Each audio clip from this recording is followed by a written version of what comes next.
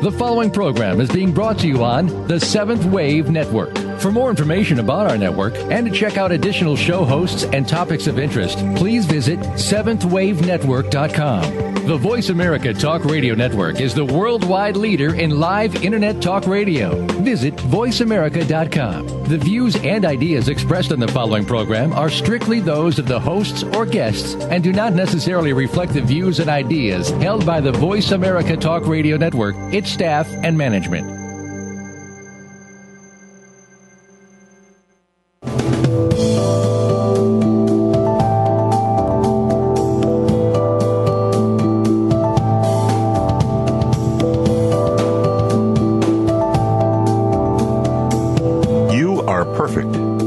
Whole and complete. There are no mistakes. We are not victims. This is The Psychology of Spirit with your host, AuKeeRa Rayne. Feel empowered. This program will provide a forum to bring a refreshing view on life. And now, here's AuKeeRa Rayne. Welcome once again to The Psychology of Spirit. I am AuKeeRa Rayne. I'd like to wish a happy Thanksgiving to all my Canadian friends, as it is Thanksgiving for us today, and encourage you to add your voice to the show today through email. I will answer quickly back on email, or you feel free to call into the show. The numbers will be given as the show continues on today. Also, you can click on the link, or else Google my name, and the links will also be there as well. My name is spelled AuKeeRa. Today we're going to talk about emotions. Emotions are the one thing that humans have that animals do not. It is the one thing that sets us apart from every other living being, our emotions. And yet, they are the one thing we find so difficult to navigate, one thing so confusing and elusive that we just can't figure out what to do with them some days. Some days we're happy, some days we're sad, some days we feel out of control and confused. Emotions. Are they truly a gift? I think so. I think they are the greatest gift we could possibly have. Remember, when we're spirit, everything is absolutely perfect, exactly how it should be. We don't feel. We are in a state of pure, unconditional love. And then we choose to come here. And our gift is ego and emotions. It is true, we need to mature our emotions as we grow. And a lot of us don't do this. A lot of us still use our ego to navigate our emotions. And if you notice, when you are using your ego to express certain emotions, you look and sound like a child. When you are using your ego to express happiness, sometimes you look almost out of control and silly. And I'm not saying that's a bad thing. There's times when, hey, we need to just be silly. But a lot of times, if we're using our ego to navigate our emotions, it turns almost into manic behavior. We go from extreme highs to extreme lows, not finding or striking a balance at all. How does that serve us? Well, really, it doesn't, does it? Sure doesn't serve me when it happens. And don't kid yourself. All of us, no matter how good we are at understanding our emotions, still have days when our ego takes over and we all begin to act like 2 years old, present company included. I am not above anyone, and I am also human. But do believe I practice what I preach, and therefore, that's why I can share what I know with you. We are the best we can be at all times. And as we get older, we need to understand and grow from that, remembering that every moment served its purpose. And this, too, comes with our emotions. If we express anger through the ego, we become abusive and aggressive. Why would we ever want to do that to somebody else? Why would we ever want to do that to ourselves? Emotions are a gift. So what is the ideal emotion? Is there one?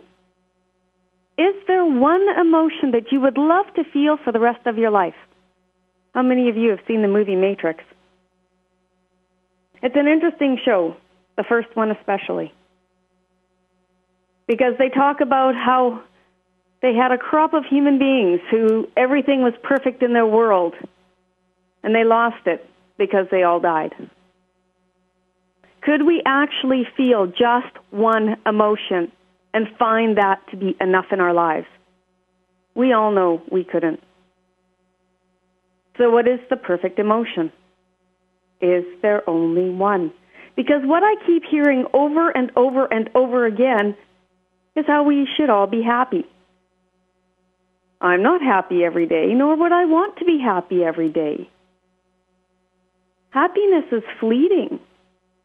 What is happiness anyway? I know certain things make me feel really good inside. Is that happiness? What does happiness mean to you? Or is it more a sense of contentment we seek? Something where we just know everything's going to be okay no matter how extreme the situation gets. And is it possible for us to feel content within and while feeling our whole range of emotions?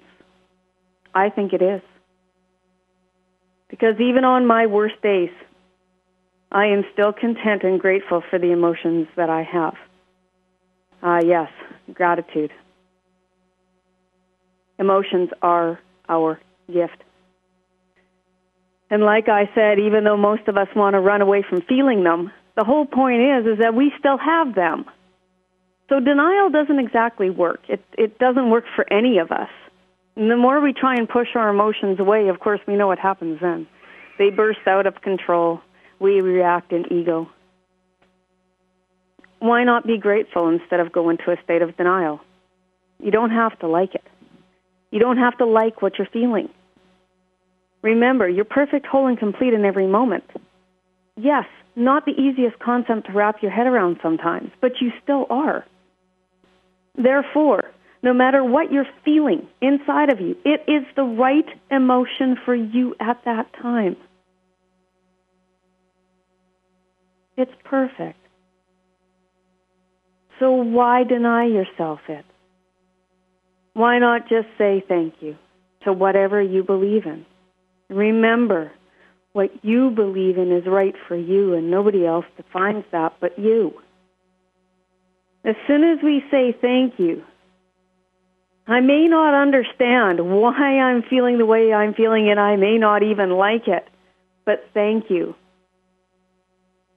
It suddenly takes a whole bunch of stress off of us. For those who use the source term of God, when you let go and let God, when you surrender your emotions to God, when you understand that the universe and God takes care of everything and everything is a gift, the burden that you feel becomes so light it's ridiculous. But true faith comes from acceptance and gratitude. It comes from acceptance that I feel. And I am grateful that I do. And actually meaning it. And it doesn't mean you walk around saying it either. It means you actually think it and believe it. A lot of us, when we're feeling great joy, when everything's just going our way, we also forget to say thank you. We forget that all these things coming to us aren't because of us. They're for us. We aren't doing it, but yet we're the first one to say, look what I did. Woohoo! You know what?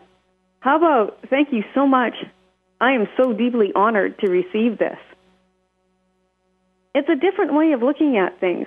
I'm not saying that you can't give yourself credit. Oh, goodness, no. Please do give yourself credit, because that's also showing a statement of self-respect. But don't decide that without the universe, you would be able to navigate all of this, because you are a part of them and they are a part of you. Everything in your life is a gift. Yes, are you a part of that gift? Yes. Some of us believe that we all helped form our lives before we even got here.